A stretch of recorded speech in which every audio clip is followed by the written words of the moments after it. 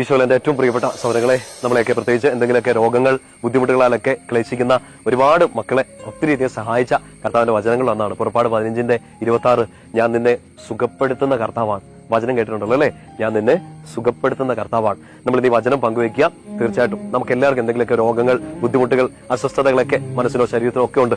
അതൊരു കർത്താവിന്റെ വചനത്താൽ ഒരു സൗഖ്യം ലഭിക്കാൻ വേണ്ടി നമ്മൾ ഒരുമിച്ച് പ്രാർത്ഥിക്കാൻ പോവാണ്. 1-2 വചനങ്ങൾ നമ്മളൊന്ന് ഷെയർ ചെയ്യും. ആ വചനങ്ങൾ നമ്മൾ ഒരുമിച്ച് പ്രാർത്ഥിക്കും. നമുക്ക് വേണ്ടിയും നമ്മുടെ പ്രിയപ്പെട്ട നമ്മുടെ കുടുംബങ്ങളിലോ നമ്മുടെ സൗഹൃദങ്ങളോ ഒക്കെ ഉണ്ടാവുമല്ലോ രോഗങ്ങളാൽ ക്ലേശിക്കുന്നവർ, ഒരുപാട് ആശുപത്രിയിൽ കയറി ഇറങ്ങുന്നവർ, മരുന്നുകൾ കഴിച്ചുകൊണ്ടിരിക്കുന്നവർ, അവർക്ക് വേണ്ടി എല്ലാം കർത്താവിന്റെ വചനത്തിന്റെ സൗഖ്യപ്പെടുന്ന കർത്താവിന്റെ വചനത്തിന്റെ ഒരു ശക്തി അറിയാൻ വേണ്ടി നമ്മൾ ഒരുമിച്ച് പ്രാർത്ഥിക്കാം. ഈ വചനം മറന്നിട്ടില്ല, ഉള്ളിലുണ്ടെന്ന് അറിയാം. 15:26 പുറപ്പാട് പുസ്തകം. ഞാൻ നിന്നെ സുഖപ്പെടുത്തുന്ന കർത്താവാണ്. ജെറമ്യാ 17:14 നല്ലൊരു വചനമാണ്, അറിയാമല്ലോ. ഒന്ന് വായിക്കണം കേട്ടോ, ഒന്ന് വായിച്ച് പ്രാർത്ഥിക്കണം. നിങ്ങൾക്ക് രോഗങ്ങൾ ഉണ്ടെങ്കിൽ, നിങ്ങളുടെ പ്രിയപ്പെട്ടവർ ചില രോഗങ്ങളെ കഷ്ടപ്പെടുന്നുണ്ടെങ്കിൽ അവർക്ക് വേണ്ടി പ്രാർത്ഥിക്കണം. ജെറമ്യാ 17:14 കർത്താവേ എന്നെ സൗഖ്യപ്പെടുത്തണമേ, ഞാൻ സൗഖ്യം